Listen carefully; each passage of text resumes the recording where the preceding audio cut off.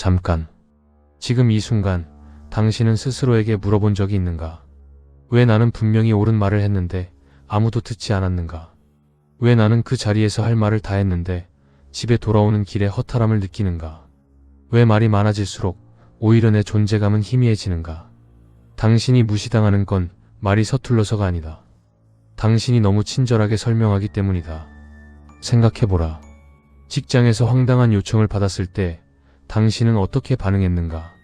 아, 그게요. 사실 제가 지금 다른 업무가 좀 있어서요.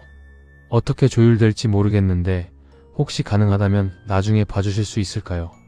이 문장을 듣고 있는 상대방의 뇌는 딱 한 가지를 처리한다. 이 사람은 거절 못하는구나. 당신은 배려심을 보여줬다고 생각했다. 예의를 갖췄다고 생각했다. 그런데 상대방은 그것을 여지로 읽었다. 여지는 곧 틈이다. 틈은 곧 침투의 경로다. 인간의 사회적 뇌는 본능적으로 상대방의 언어 패턴에서 위계를 읽는다. 이것은 감정의 문제가 아니다. 진화적 생존 회로의 문제다. 침팬지 사회에서도 주식시장에서도 당신의 점심 식사 자리에서도 같은 원리가 작동한다. 말이 길어질수록 불안이 드러난다. 설명이 많아질수록 설득력이 줄어든다. 친절이 과해질수록 상대는 당신을 관리해야 할 대상이 아니라 활용해도 될 자원으로 분류한다. 이것이 처세의 첫 번째 진실이다. 당신은 지금껏 무기를 너무 일찍, 너무 많이, 너무 친절하게 내어주었다. 오늘부터 그 습관을 끊어낼 것이다. 3가지 전술을 전수한다. 첫 번째 전술의 이름은 3초의 진공 상태다. 이 전술의 핵심은 단순하다. 무례한 말을 들었을 때 즉답하지 말라. 회의 중에 누군가가 당신의 아이디어를 깎아내리며 말한다. 그거 현실적으로 가능하긴 해요. 모임에서 처음 만난 사람이 당신의 직업을 듣고 비교하듯 말한다. 아, 그 정도 연봉이면 어떻게 사세요? 상사가 근거 없는 비판을 쏟아낸다. 이게 왜 이렇게 됐어요? 제대로 한 거 맞아요? 보통의 사람들은 이 순간 반사적으로 반응한다. 해명하거나 웃거나 당황하거나 흥분한다. 그 모든 즉각적 반응이 상대에게 하나의 신호를 보낸다. 이 사람은 나의 언어에 통제받는다. 여기서 당신이 해야 할 것은 아무것도 하지 않는 것이다.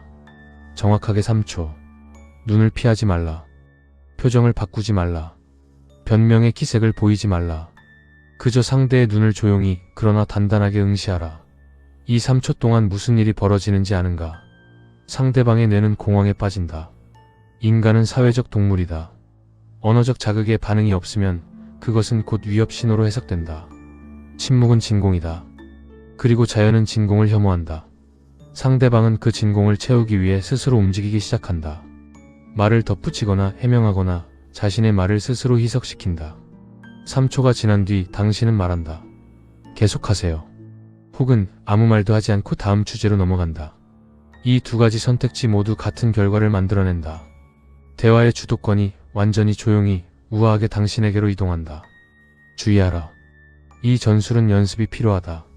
처음에는 2초가 지나면 당신 스스로가 먼저 무너진다. 침묵이 불편해서 말을 꺼내버린다. 그것은 훈련의 부재다. 당신이 침묵에 익숙하지 않다는 것은 당신이 스스로의 존재감에 확신이 없다는 뜻이기도 하다. 거울 앞에서 연습하라. 타이머를 맞춰놓고 3초간 자신의 눈을 바라보라. 그 침묵 속에서 무너지지 않는 법을 먼저 자신에게 가르쳐라. 진공을 지배하는 자가 대화를 지배한다. 2번째 전술은 마침표 살인마다. 우리의 언어 습관을 돌아보라. 제 생각엔 이게 맞는 것 같기도 하고요. 한번 해봐야 알겠지만 아마도 될 것 같죠? 그렇게 하면 좋을 것 같은데 어떻게 생각하세요?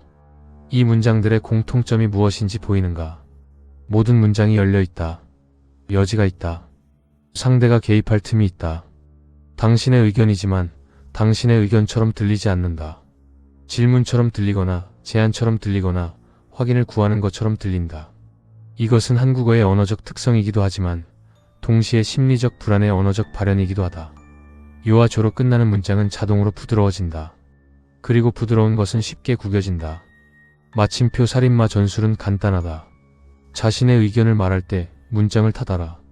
이 방향이 맞다. 그 방법은 효율적이지 않다. 나는 그 요청을 수락할 수 없다. 들어보라. 이 문장들에는 협상의 여지가 없다.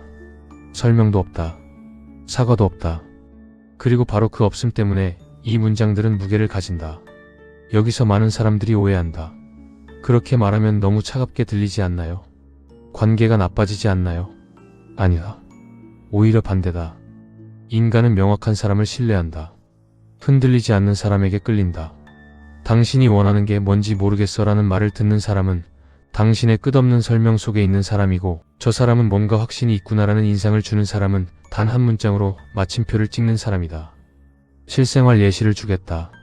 지인 모임에서 누군가가 당신에게 무리한 부탁을 한다. 이번 주말에 이사 좀 도와줄 수 있어? 차도 있잖아. 기존 당신의 반응. 아, 이번 주말이 좀 바쁘긴 한데 어떻게 되나 봐야 할 것 같고, 만약에 시간이 되면 연락 한번 해볼게요. 상대방은 이미 당신을 인력으로 확정했다. 마침표 살인마 전술 적용 후. 이번 주말은 안 된다. 그것이 전부다. 이유가 없다. 설명이 없다. 사과가 없다. 그리고 정확히 그 이유로 상대방은 당신의 말에 토를 달기 어렵다. 이유가 있으면 반박할 수 있다. 하지만 단호함 그 자체에는 반박의 접점이 없다. 기억하라. 설명은 상대에게 탈출구를 찾을 시간을 준다. 마침표는 그 시간을 원천 차단한다. 당신의 언어에서 같아요. 인 것 같죠? 어떻게 생각하세요를 지워라. 그리고 그 자리에 마침표를 놓아라. 단어를 아껴라. 문장을 닫아라. 그것이 곧 힘이다. 세 번째 전술이자 가장 전략적인 전술이다. 이름은 정보의 희소성. 이 전술을 이해하기 위해 먼저 한 가지 원리를 새겨라. 정보를 먼저 꺼내는 자가 협상에서 진다. 생각해보라. 직장에서 연봉 협상을 할 때 먼저 숫자를 말한 쪽이 불리하다. 부동산 거래에서 먼저 예산을 밝힌 쪽이 손해를 본다.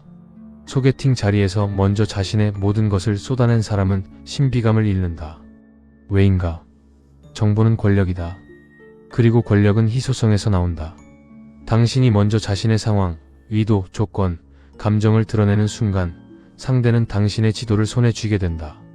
지도를 가진 자는 탐험가가 되고, 지도를 내어준 자는 길 안내원이 된다. 역정보 전술의 작동 방식은 이렇다. 상대가 당신의 패를 보려 할 때 당신은 질문을 던진다. 예시. 직장에서 상사가 묻는다. 이번 프로젝트 관련해서 어떻게 생각해요? 할 수 있겠어요? 보통의 반응, 네, 한번 해보겠습니다. 다만 일정이 좀 빡빡해서. 당신은 이미 자신의 한계를 노출했다. 역정보 전술 적용. 이 프로젝트의 우선순위는 어떻게 되어 있나요? 이 한 문장으로 당신은 상대의 패를 먼저 보게 된다. 우선순위가 높다면 당신의 협상력이 올라간다. 우선순위가 낮다면 당신의 거절이 쉬워진다. 어느 쪽이든 정보를 먼저 쥔 당신이 유리하다. 또 다른 예시. 처음 만난 비즈니스 관계자가 묻는다. 어떤 조건으로 일하세요? 보통의 반응, 자신의 단가, 조건, 일정을 즉시 공개한다. 역정보 전술 적용. 이번 프로젝트에서 가장 중요하게 생각하시는 게 뭔지 여쭤봐도 될까요? 상대방이 속도를 중시한다고 말하면 당신은 가격 협상에서 유리해진다. 품질을 중시한다고 말하면 당신의 전문성에 프리미엄을 붙일 수 있다. 예산을 먼저 말한다면 당신은 그 예산 안에서 최적의 포지션을 선점한다. 이것이 질문의 무기화다. 질문하는 자는 대화를 이끄는 자다. 그리고 대화를 이끄는 자가 결론을 설계한다. 단 이 전술에는 하나의 조건이 있다. 당신의 질문은 진심 어린 호기심처럼 들려야 한다. 신문처럼 느껴지는 순간 상대는 방어막을 올린다. 여유롭고 천천히 자연스럽게. 마치 당신이 정말 상대의 이야기에 관심이 있는 것처럼. 이것이 진짜 고수의 전술이다. 전략을 숨기는 것이 아니라 전략이 보이지 않도록 체화하는 것. 정보를 먼저 꺼내지 말라. 질문으로 상대의 지도를 펼치게 하라. 그 지도를 읽은 다음 당신이 원하는 곳으로 나침반을 돌려라. 정리한다. 3초의 진공 상태, 침묵이 말보다 무겁다는 진실. 마침표 살인마, 닫힌 문장이 열린 설명보다 강하다는 진실. 정보의 희소성, 먼저 말하는 자가 아니라 먼저 묻는 자가 이긴다는 진실. 이제 마지막으로 이 모든 전술의 뿌리가 되는 하나의 철학을 전한다. 말은 칼날이다.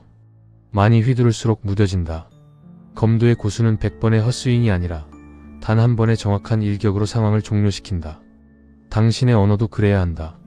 많이 말할수록 당신의 존재감은 희석된다. 침묵과 선택된 단어들만이 나를 벼린다. 오늘 당신이 가져가야 할 것은 더 많은 말이 아니다. 더 적은 말, 더 정확한 침묵, 그리고 먼저 묻는 습관이다. 당신을 무시하는 세상은 달라지지 않는다. 하지만 당신이 달라지면 세상이 당신을 읽는 방식이 달라진다. 당신은 오늘 이후에도 여전히 긴 설명으로 상대를 설득하려 할 것인가? 아니면 단 3초의 침묵으로 상대가 스스로 무너지게 할 것인가? 선택은 당신의 것이다. 언제나 그렇듯이